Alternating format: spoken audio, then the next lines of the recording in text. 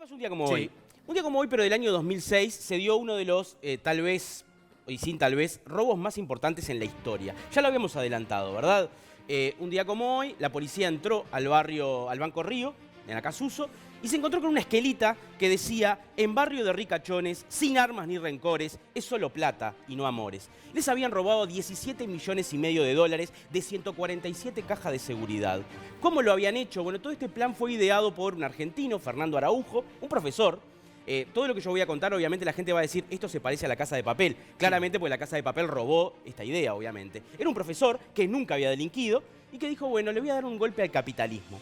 Y reclutó a una serie de ladrones, entre ellos el uruguayo Mario Vittete, Luis Mario Vittete Seyanes, que de alguna forma hizo las veces de negociador. Es famoso por eso. Estudió actuación para poder meterse en el personaje.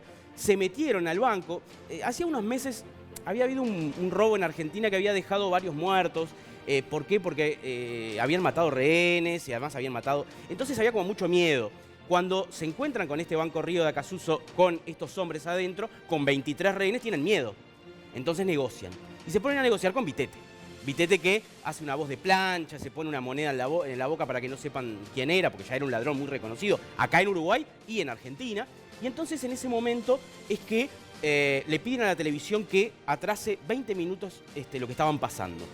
¿Para qué? Para que ellos no miren la televisión, porque había televisión dentro del banco. Y entonces lo que sucedió es que cuando entraron, después de 6 horas, ingresaron y no había nadie. Estaban los rehenes y habían un montón de armas de juguete. Estos hombres, y esa esquela que yo leí al principio, estos hombres se habían ido, ¿por qué? Porque habían hecho un boquete hacia abajo y ahí pasaba de alguna manera la canalización del río, de un arroyo. Por lo tanto, ahí tenía un gomón, ahí subieron las 147 cajas y se fueron.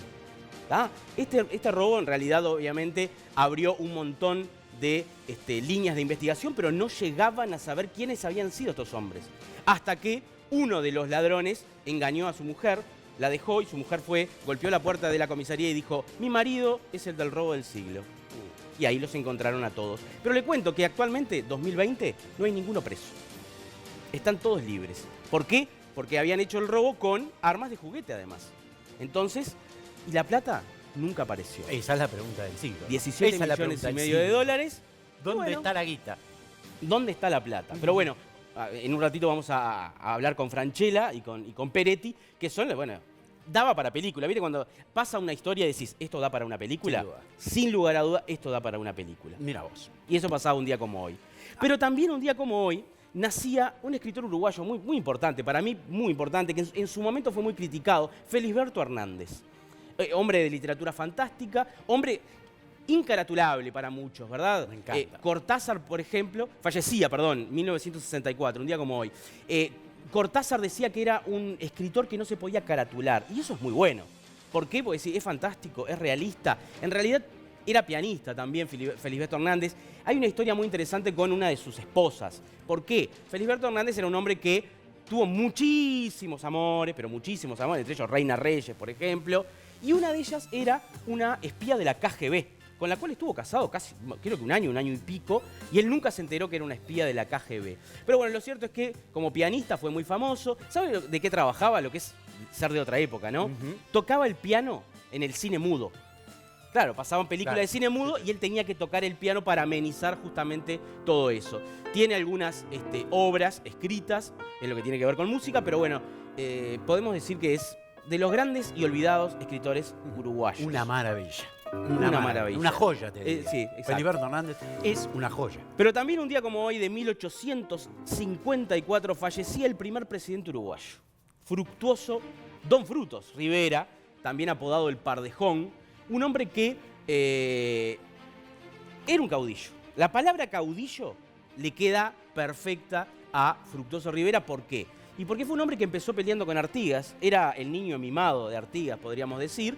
Y luego, cuando Artigas comienza a perder, alrededor de 1816-17, comienza a abandonarlo, hasta que finalmente lo abandona y tranza con los portugueses. Después tranza con los brasileros. Se convierte en el barón de Tacuarembó. El barón de Tacuarembó.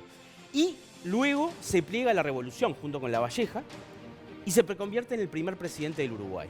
También es el mismo Rivera que es el fundador del Partido Colorado, pero también es el mismo Rivera que armó, pergeñó y ejecutó la matanza de Salsipuedes el 11 de abril de 1831. Un personaje, decía Tomás de Mato, de muchos pliegues. ¿Tá? Les recomiendo que lean Bernabé, Sí. de Tomás de Mato, que es una obra bárbara, en la cual uno puede entrar a la cabeza de Bernabé, pero también de Rivera. Un hombre de varios pliegues, un hombre complejo, que bueno, un día como hoy estaba falleciendo, en el poder todavía, porque estaba en un triunvirato, junto con Flores y Lavalleta. Muy bien, muchísimas gracias, Leo, por recordarnos. Una pregunta con respecto a nuestro presidente electo. Sí. ¿Podría llegar a ser el presidente electo, Luis Lacalle Pou, si no se afeita, el primero en más de 100 años con barba? Ah, podría ser. Te digo más, le digo Duncan Stewart. Fue el último presidente con barba. 1894 más o menos. Sí, sí. De dejarse la barba, Luis Lacalle Fue presidente Pou, 21 porque días, dice que está Duncan dejando esa. Sí, apenas 21 días. Veremos entonces si tenemos un presidente con barba luego de más de 100 años. Podría llegar a ser histórico. Gracias, Leo, por este aporte.